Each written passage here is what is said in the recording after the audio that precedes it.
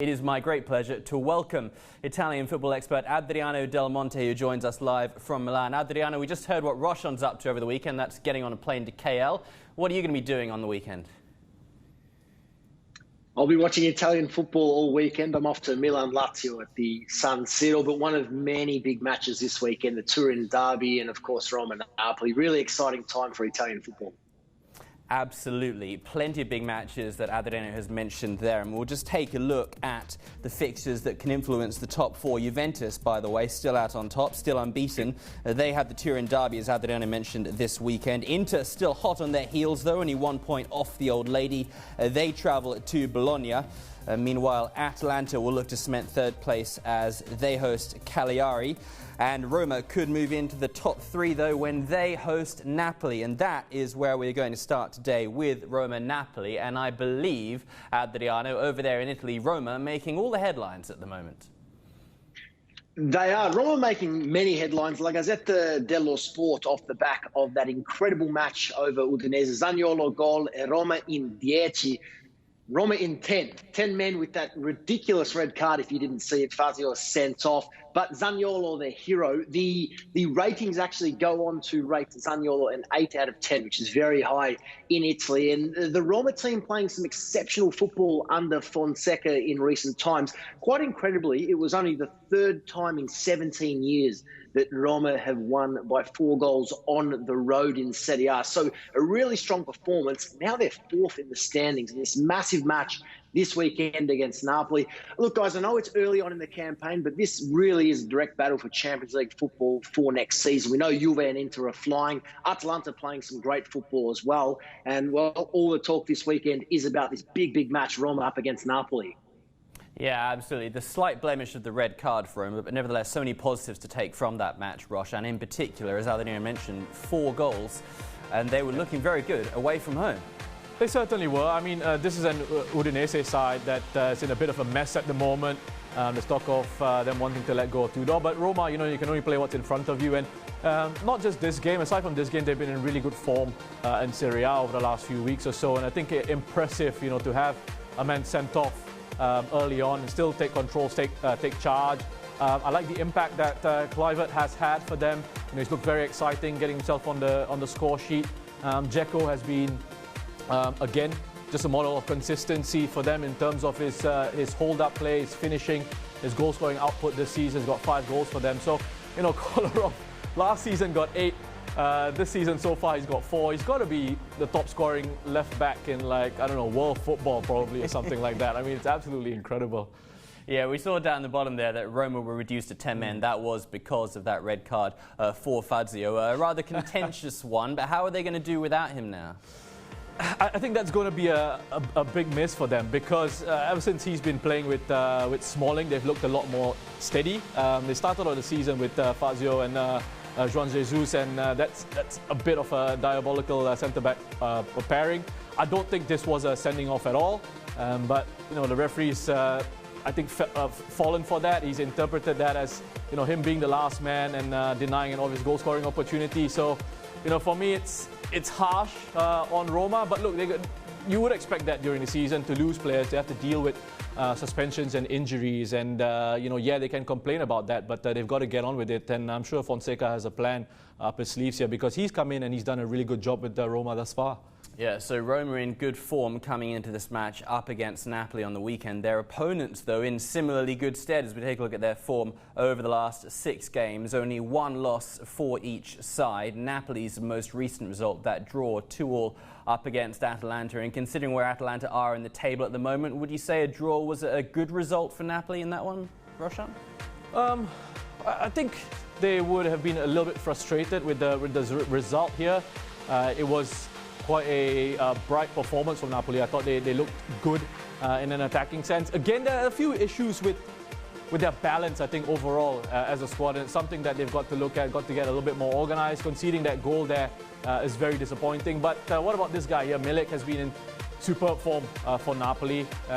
He's going to be very important for them over the next few weeks or so, and in this next upcoming match as well. There was a bit of controversy in this game, but Atalanta, again, you play to the whistle and you take your chances, and Ilicic was able to rescue a point for them in the end.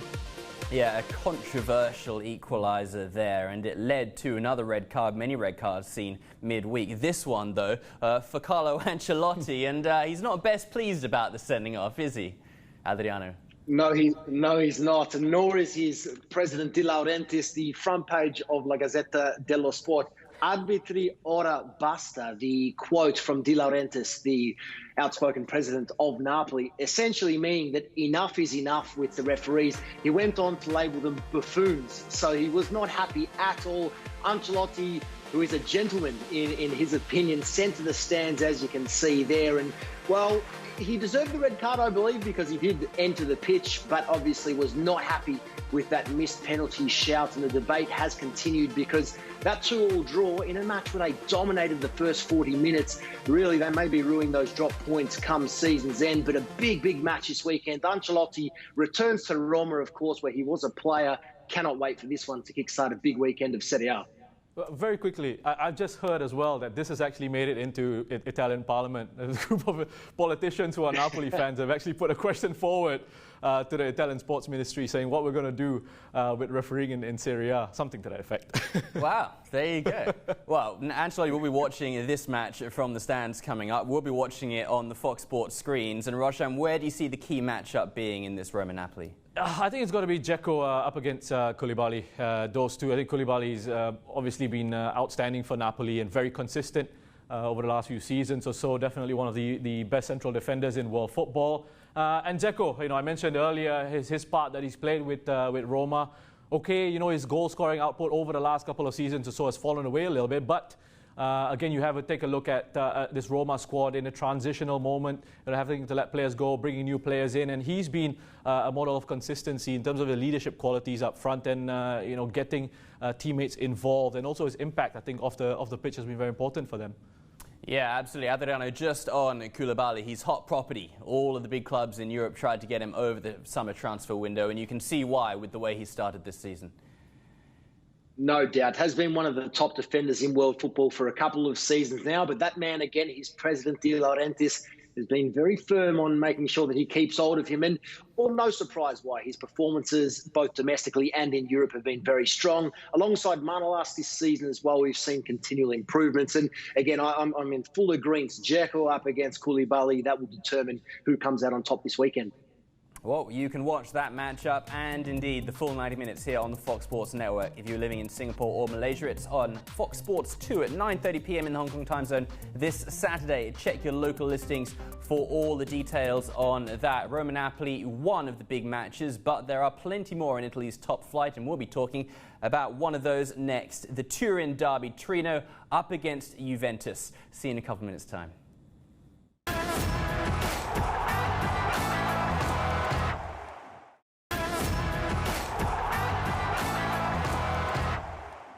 Welcome back as we now turn our attention to the Turin derby. Top of the table Juventus making the rather short trip across to Torino. The old lady fresh off the back of victory against Genoa, but it was a victory that came late on thanks to a Cristiano Ronaldo penalty. Was that ultimately the fair result for you, do you think, Adriano? It was the fair result, I felt, and La Gazzetta dello Sport have gone with that man, Ronaldo. Ci pensa lui, CR7 sempre decisivo. He takes care of it. Juve do what good sides do, and that's get the 3 points in any way, shape or form. Juve's recent form, though, that 1-1 last weekend against Lecce, rather. This one 2-1 narrow against Genoa. They do have some work to do. We know it's a very busy schedule ahead with Champions League football and some midweek rounds. So all the pressure on them in the lead up to this weekend with Inter, Atalanta, Roma, those around them playing some really exciting football. Yeah, I mean, it was so important for Juve to get the 3 points in this game, and Ronaldo coming up big time there at the end, stepping up, taking that penalty, giving them 3 points because of that performance last time out against Lecce, that 1-1 draw. And, again, it was another against Lecce. It was a game that they dominated and they should have won quite comfortably. Missed chances, big chances. So it's been a little bit frustrating for Juve. But having said that, I mean, they're still top of Serie A, and they're not exactly playing at top gear yet. So it's scary to imagine what this Juve side will be capable of once they start getting into a nice little rhythm. Absolutely. This is an away game for Juventus, despite the fact they don't have to travel very far away. But the good news for the old lady is that away from home this season, they've actually done pretty well. Unbeaten in all competitions. As we take a look there, 3 wins, 3 draws. Rather narrow victories, shall we say, in those 3 wins. The other thing that stands out there, only 2 clean sheets away from home, and their defence has been a little bit suspect at times. Obviously, Adriano, we have to qualify that by saying the likes of Chiellini have been out injured, perhaps the first-choice centre-back pairing not available to Sarri. In his stead, Matthias de Ligt has been deputising, but not convincingly, according to some fans. Certainly, according to some, de Ligt has been a little shaky at times, but again, he's such a young player coming through the ranks. They did spend big money on him for a reason, and look, I have no doubt that he will fulfil his potential at Juventus, learning from the likes of Bonucci and Chiellini. Of course, the absence of Chiellini just so crucial to this Juve side, but it does give an opportunity for de Ligt to learn. I don't feel he would have been playing had Chiellini been fit. He has had a couple of issues with a few handballs in the area, but I have no doubt, as I said, that he will go on to do bigger and better things for Juventus. And alongside Bonucci, Rugani and Demiral as well, deputies, they are looking a little to the future, but certainly the performances need to improve, particularly on the road there, as you said, because those 3 wins on the road, I was at the Inter-Juve match, they've all been very narrow victories. So certainly some improvement left in this Juve side, who of course remain the only unbeaten team in the top leagues in all of Europe. Yeah, absolutely. And Juventus, they wouldn't want to get too complacent about this match because Torino do have a certain Andrea Belotti in their ranks. The 25-year-old has been absolutely lethal in front of goal this season. 5 goals in 6 appearances. And it begs the question, Roshan, how are Torino still able to keep a hold of him? Yeah, I remember that 2016-17 season when he was banging in the goals for fun, 26 goals, and then it was something like 100 million euro. That's probably where I'd see someone like him fitting in if he were to move. Well, apparently Aston Villa tried to sneak in a bid in the summer transfer window, not exactly in the same league as Atletico Madrid, but very much attracted by his scoring form, and not just for Torino, Adriano, but for the national side, the Azzurri as well. And he's only 25 years old. Is he going to be their main number 9 for quite a few years to come now? I can tell you, Belotti and Immobile, 2 of the most prolific goal scorers in the Italian top flight. Very frustrating for Italian national team fans because they have not been able to consistently replicate that for the Azzurri at national team level.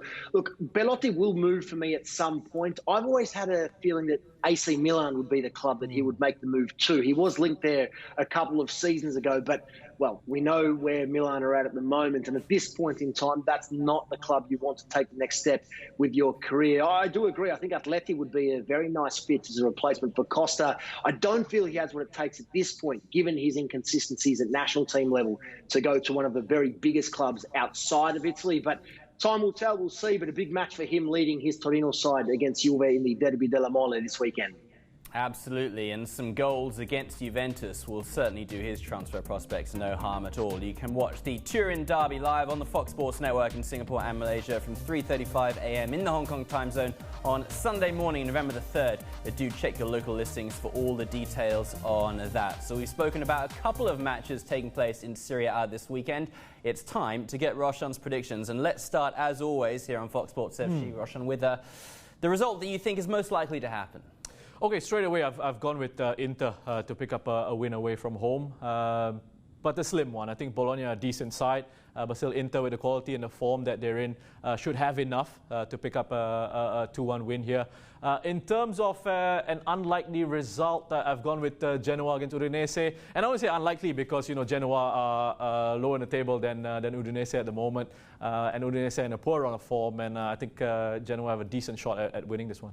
Fantastic stuff. Roshan, thank you very much. Bear with us. We'll be talking Bundesliga next. Adriano, thanks very much for joining us. Enjoy your trip to the San Siro on the weekend, and we'll catch up soon, no doubt. So as I mentioned, the Bundesliga is where we head to next, and we'll be joined by Gabriel Tan, Fox Sports' football editor, in a couple of minutes' time to discuss those German fixtures. Don't go anywhere.